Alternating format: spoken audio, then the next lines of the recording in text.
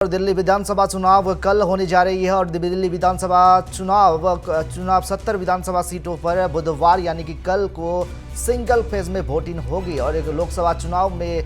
India block का हिस्सा रहेगी। पार्टियां एक दूसरे के खिलाफ मैदान में है और इनमें आम आदमी पार्टी और कांग्रेस सभी 70 सीटों पर आमने सामने है। वहीं communist party of India CPI ने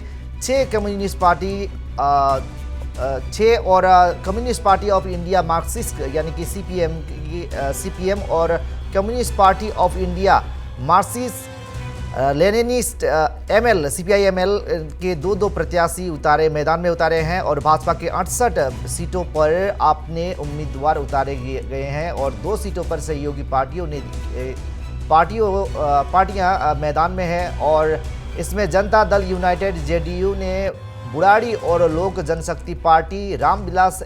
LJPR ने देवली सीट से प्रत्याशी उतारे हैं। वहीं महाराष्ट्र के भाजपा के सहयोगी राष्ट्रवादी कांग्रेस यानी कि NCP ने भाजपा के खिलाफ 30 सीटों पर उम्मीदवार खड़े किए हैं, जबकि शिवसेना प्रमुख और महाराष्ट्र के डिप्टी CM एकनाथ शिंदे ने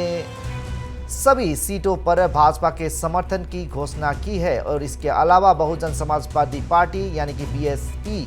70 और असदुद्दीन ओवैसी की ऑल इंडिया मजलिस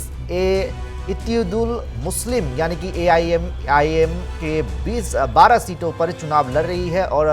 चुनाव के नतीजे 8 फरवरी को आएंगे और कल दिल्ली विधानसभा की 70 सीटों पर वोटिंग होनी है और प्रशासन शांतिपूर्ण मतदान के लिए पूरी तरह मुस्तैद है। कई जगह